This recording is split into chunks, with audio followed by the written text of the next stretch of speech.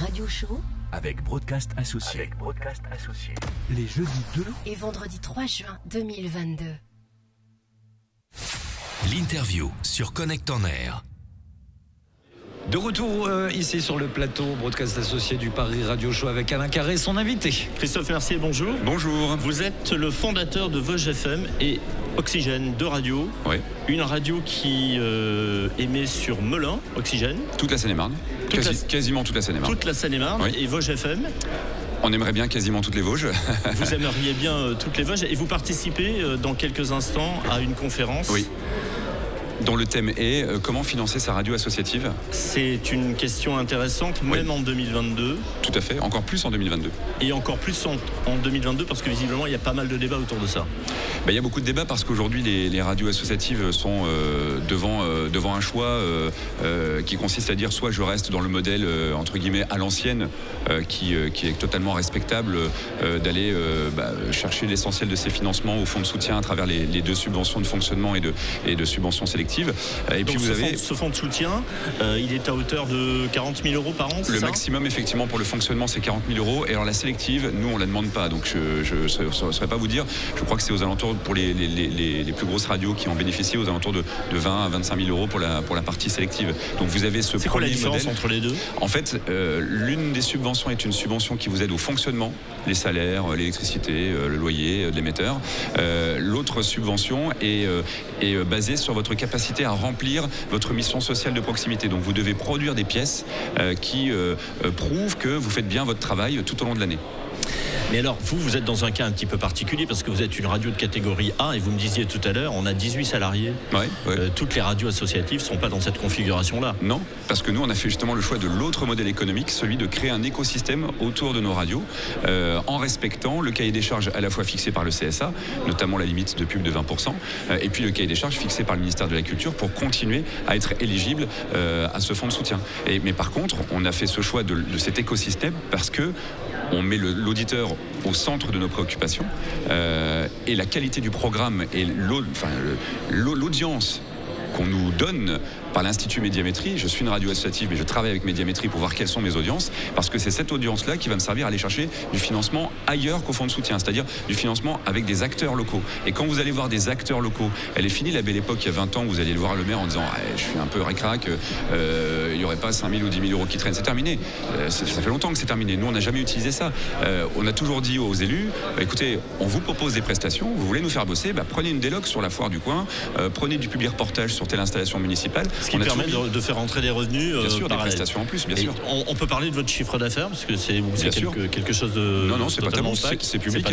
Le fonds de soutien publie les rapports d'activité des radios. Non. Oxygène est une radio qui fait entre 1 million et 1 200 000 euros de chiffre d'affaires. Il y a 12 salariés et Vosges FM est une radio qui fait aux alentours de 500 000 euros de chiffre d'affaires. Et vous n'avez pas l'impression que vous êtes un petit peu une B bis ? C'est ce qu'on nous dit souvent. Je me fais l'avocat du diable, oui, j'essaie de comprendre. Vous savez, j'ai l'habitude. Le CIRTI est venu nous le dire aussi avec une procédure contentieuse et puis le Conseil d'État et la Cour d'appel de Paris leur a rappelé que non, on n'est pas une fausse B, on est une radio associative qui crée un écosystème.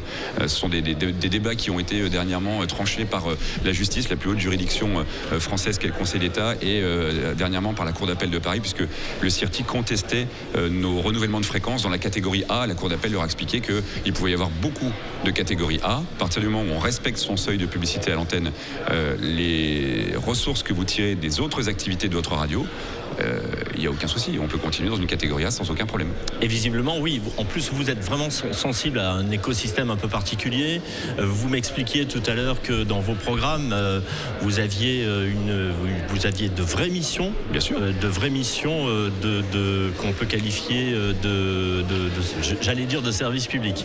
Non, mais social. Au moins social, oui. Complètement. Sociétal. Complètement. Il ne faut pas oublier une chose. Une radio associative, c'est une radio qui accomplit une mission sociale de proximité. C'est l'ADN des radios. C'est pour ça qu'on fait de la radio. Vous répondez à ça ? Que je fais de la radio, oui. Mais on n'y répond pas en faisant une émission d'1 heure de talk à 8h du matin, rediffusée pour la 4e fois un vendredi, qui parle d'un historien qui va venir nous expliquer que la place de tel village, pendant 1 heure, c'est un événement historique. On fait une rubrique courte, on fait une interview. Et qui accessoirement ne sera peut-être pas écoutée. Ou très peu. Je sais pas. Mais en tout cas, nous, on a fait le programme, on a fait le choix des programmes courts. Non, mais si c'est bien fait. Vous avez des radios de talk associatives qui fonctionnent très très bien parce que c'est bien fait. Il n'y a pas de ça. Je veux dire, 1 heure sur l'histoire d'une ville, ça peut être intéressant à condition que ce soit bien fait. Mais pour être bien fait, il faut des journalistes. Pour des journalistes, il faut des journalistes encartés. Pour avoir des journalistes encartés, il faut les payer sur la convention collective de journalistes, et pour les engager, il faut du financement. Et pour du financement, il faut de l'audience. Donc vous allez chercher des financements ailleurs. Oui. Et effectivement, là, visiblement, vous n'avez pas que des amis. Parce que tout le monde n'est pas sur ce schéma-là. En tout cas, les autres radios associatives, elles ne vous suivent pas forcément. Ah non, non. Non. Ça bloque. Pas toutes, parce que vous en avez certaines qui se renseignent, qui se disent mais comment vous faites, etc. Ça va être tout l'objet de mon intervention tout à l'heure sur ce débat, d'expliquer qu'il y a d'autres choses. Et moi, je respecte complètement tout ce que font les radios associatives. Voilà, la radio associative, c'est ma vie depuis 25 ans. Donc, je ne vais pas moi-même dire. Mais non, vous n'êtes pas un petit nouveau qui est arrivé en disant voilà, j'ai créé ma radio. Ok, c'est une radio associative, mais je veux quand même faire de l'argent et puis je ne veux pas être déclaré comme radio commerciale. Non. En revanche, vous allez chercher des revenus ailleurs, ce qui est tout à fait compréhensible. Vous allez chercher des revenus sur d'autres supports, en fait. Bien sûr. Ce qu'on explique aujourd'hui aux radios associatives, c'est qu'en 2022, il est très facile pour une radio associative d'éditer plusieurs supports. Vous avez votre radio traditionnelle, d'accord, mais aujourd'hui, vous pouvez facilement produire un site internet de qualité. Vous pouvez facilement monter une communauté digitale qui peut être très rapidement performante, parce que pour faire la promotion de cette communauté digitale, vous avez votre radio.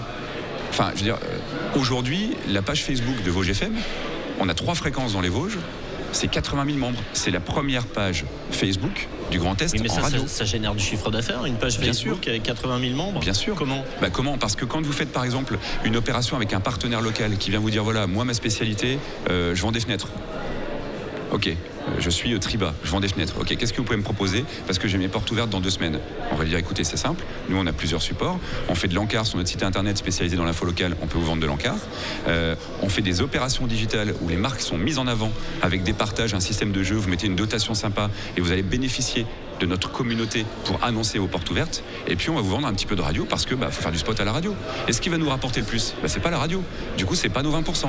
Et donc c'est le reste. Non, mais alors moi je n'ai pas parlé jusqu'à maintenant, j'ai écouté parce que c'était super intéressant, puis c'est un sujet que je ne connais pas du tout, donc j'écoutais. Moi j'ai envie de vous dire qu'importe le flacon pourvu qu'on ait l'ivresse. C'est juste un combat de coq qui sert pas grand chose, je trouve, le fait de dire oui vous êtes une baby, on s'en fout, enfin quelque part là je me mais je me fais vous en foutez. Effectivement, je me mettais à la place de vos confrères, en tout cas des autres radios qui peuvent avoir une autre approche. Moi, ce que je peux voir, c'est simplement quelqu'un qui a trouvé le moyen de faire une radio qu'il a envie de faire, de créer 18 emplois et de les financer. Oui, parce que ça aussi, ça a du sens. C'est important. C'est même quasiment le plus important. C'est-à-dire qu'on est actuellement dans une période où dans la radio, on a de moins en moins de monde, on utilise des voice trackers, des machins, etc. Et moi, de voir quelqu'un qui a trouvé le moyen de créer une radio qui fait 18 emplois, qui fait du live, effectivement, où ça me gênerait, c'est si effectivement le gars il était tout seul chez lui, il fait sa radio, fait de la pub, machin, etc. Il génère un gros chiffre d'affaires et il n'y a rien derrière. Et pourquoi tu es une association à toi tout seul ? Ouais, ça me gênerait. Alors c'est exactement ça. C'est qu'aujourd'hui, nous, ce qu'on explique, c'est que on a la fiscalité d'une entreprise. C'est-à-dire qu'aujourd'hui, on paye de la TVA, on paye des charges sociales, on paye de l'impôt sur les sociétés. D'accord ? Donc on contribue à ce que l'économie du pays aille mieux, et on essaye quand même de venir nous dire mais c'est pas normal. Attendez, moi la fin de l'année, quand il reste 30 000 € au bilan, je me le partage pas, je suis pas une B. Ça repart dans l'assaut. C'est ça. Mais par contre, je suis imposé en bénéfice dessus. Oui. Donc je paye 13% dessus, et puis je suis content de les payer. Parce que je suis content de participer à ça, quoi. Ça me dérange pas. Et je trouve que offrir, parce que la radio c'est quand même quelque chose qui s'offre, on offre un produit à des auditeurs, d'offrir un produit régional à des auditeurs qui le demandent, de créer de l'emploi et de se débrouiller pour le financer pour que ça fonctionne. C'est la radio associative. Personnellement, je vois pas pourquoi il y a une raison de faire une guerre. Mais bon, ce n'est que mon opinion. Demandez aux radios commerciales. Parce qu'effectivement, d'un côté vous avez les radios associatives, on n'a pas parlé des radios commerciales, d'un côté vous avez les radios associatives qui veulent rester sur ce schéma de percevoir. Et je ne juge pas.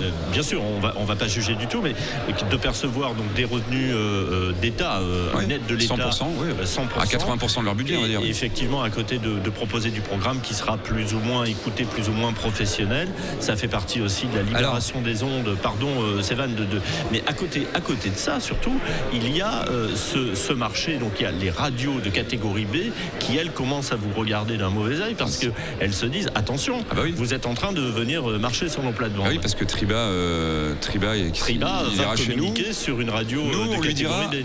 Nous, on lui dira toujours, on défendra le média radio. Moi, quand nos chargés de développement vont en clientèle, je leur dis toujours, vous défendez le média radio. Quel que soit ce que dit le concurrent commercial, vous défendez le média radio. 1 euro dans la radio, c'est 1 euro pour les radios. Ensuite, quand c'est chez moi, c'est mieux. Et quand c'est sur les deux, c'est encore mieux. Mais il y a un truc où je comprends pas, parce que je vais faire un parallèle, alors qui va choquer énormément de monde. Personnellement, je compare les radios associatives aux radios commerciales, aux chaînes de télévision. Il y a quand même une télévision associative qui a 70 millions d'adhérents, qui est France Télévisions, puisqu'on paye. Il y a une redevance.